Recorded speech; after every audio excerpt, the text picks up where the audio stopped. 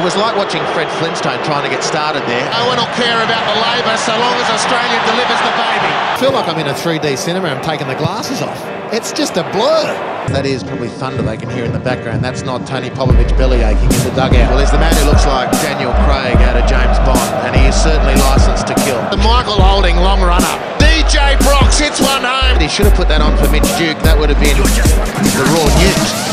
Brisbane raw play, you feel like you've taken a number in the Vietnam draft. Standing in a wall like that. The poor bloke's been like Sherlock Holmes trying to solve a crime without any fingerprints. He's had nothing to go on. He's come across a lot worse at an under-6 slumber party all those years ago. It took the Chinese less time to build the Chinese wall than it's taken Sydney FC to get this sorted out. Queen's Park over 35s spilled more sweat than these blokes have today.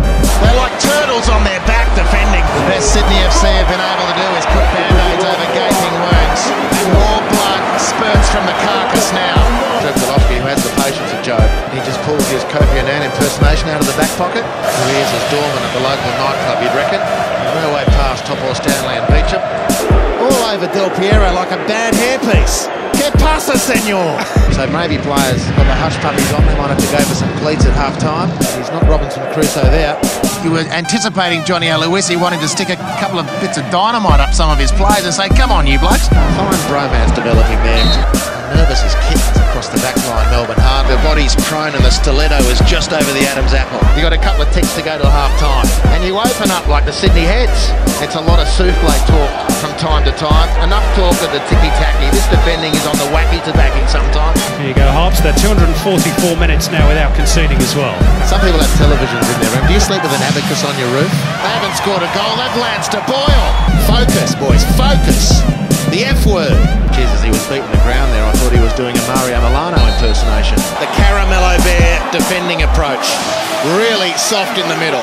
Get ready for them to shoot an episode of crime scene investigation here at Docklands. Make sure he gets a photo of this moment. Del Piero helping him stretch the cramp out. It's like Jesus washing the disciples' feet, isn't it? They'll be calling for Dr. Philip Nitschke before long. He's the euthanasia bloke.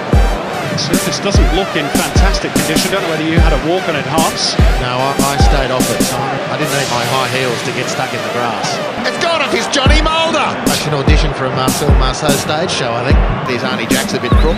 Matt Simon has enabled the Mariners to go from drunken sailors into three-point players.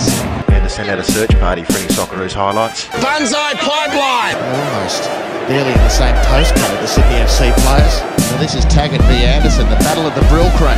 How are effigy sales of Ben Williams going in Wellington at the moment?